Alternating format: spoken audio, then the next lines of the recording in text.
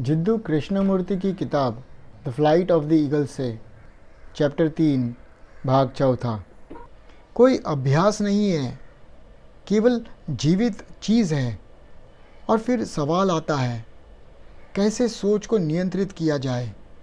हमारे विचार सब जगह बिखरे हुए हैं।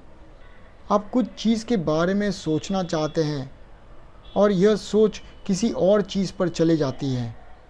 वे कहते हैं अभ्यास करो, नियंत्रण करो। एक तस्वीर, एक वाक्य या जो कुछ भी हो उसके बारे में सोचो, ध्यान केंद्रित करो। लेकिन विचार किसी और दिशा में चला जाता है, इसीलिए आप इसे वापस खींचते हैं और यह लड़ाई चलती रहती है, पीछे आगे चलती रहती है। तो हम पूछते हैं, विचार पर नियंत्रण की क्या आवश्यकता है और विचार को नियंत्रित करने वाली इकाई कौन है? कृपया इसे बारीकी से देखें, ध्यानपूर्वक देखें।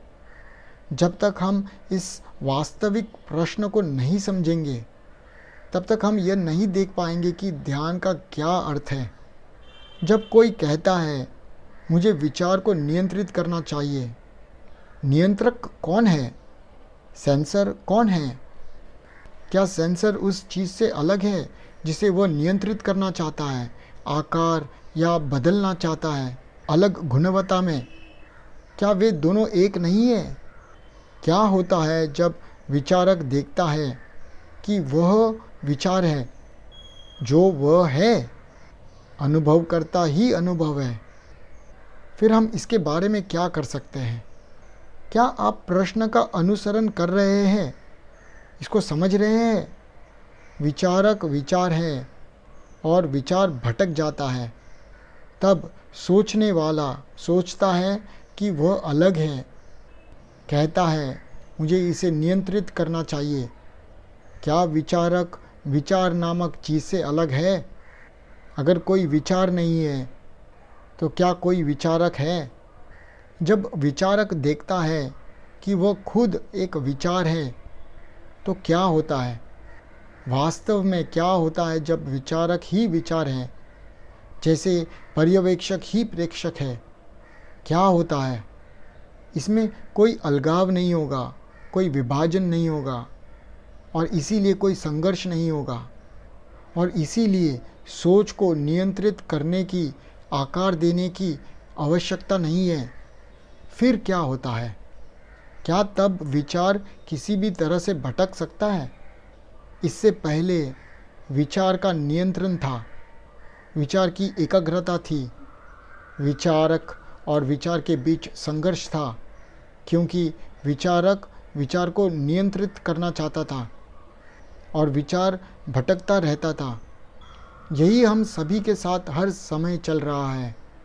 फिर अचानक बोध होता है कि विचारक विचार है। एक बोध, एक रियलाइजेशन, मौखिक कथन नहीं, वर्बल स्टेटमेंट नहीं, बल्कि एक वास्तविकता में बोध होता है। फिर क्या होता है? क्या सोच का भटकने जैसी कोई बात है? यह तभी होता है जब पर्यवेक्षक विचार से अलग होता है और इसे सेंसर करता है, नकारता है। और फिर वह यह कह सकता है यह सही विचार है या यह गलत विचार है, या विचार भटक रहा है, मुझे इसे नियंत्रित करना चाहिए। लेकिन जब विचारक को पता चलता है कि वह विचार है, तो क्या किसी भी तरह का भटकना है? इसमें जाओ साहब, इसे स्वीकार न करें। आप इसे अपने लिए देख पाएंगे। संघर्ष केवल तभी होता है जब कोई विरोध होता है। प्रतिरोध या रेजिस्टेंस विचारक द्वारा बनाया गया है, जो सोचता है कि वह विचार से अलग है।